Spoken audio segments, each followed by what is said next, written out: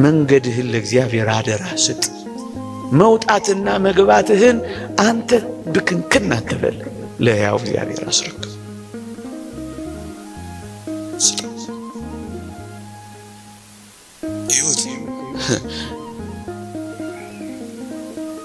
እጅግ ብርቱ በሆነው ጠላት ቤት ፊት ሞገስ እንዴት እንደሰጠው ተመልከቱ።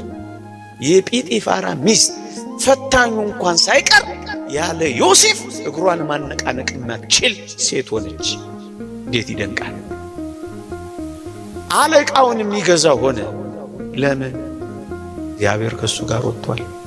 እግዚአብሔር አብሮት ተሰዷል። አባ ጊዮርጊስ ዘጋስጫ እንዳለው ቅዱስ ዮሴፍ ሲታሰር እግዚአብሔር አብሮት ይታሰራል። ግድ የለም እግዚአብሔር ከእናንተ ጋር አብሮ ይውጣ። ግድ የለም እግዚአብሔር አብሮ ከእናንተ ጋር ቤት አልባም ይሁን።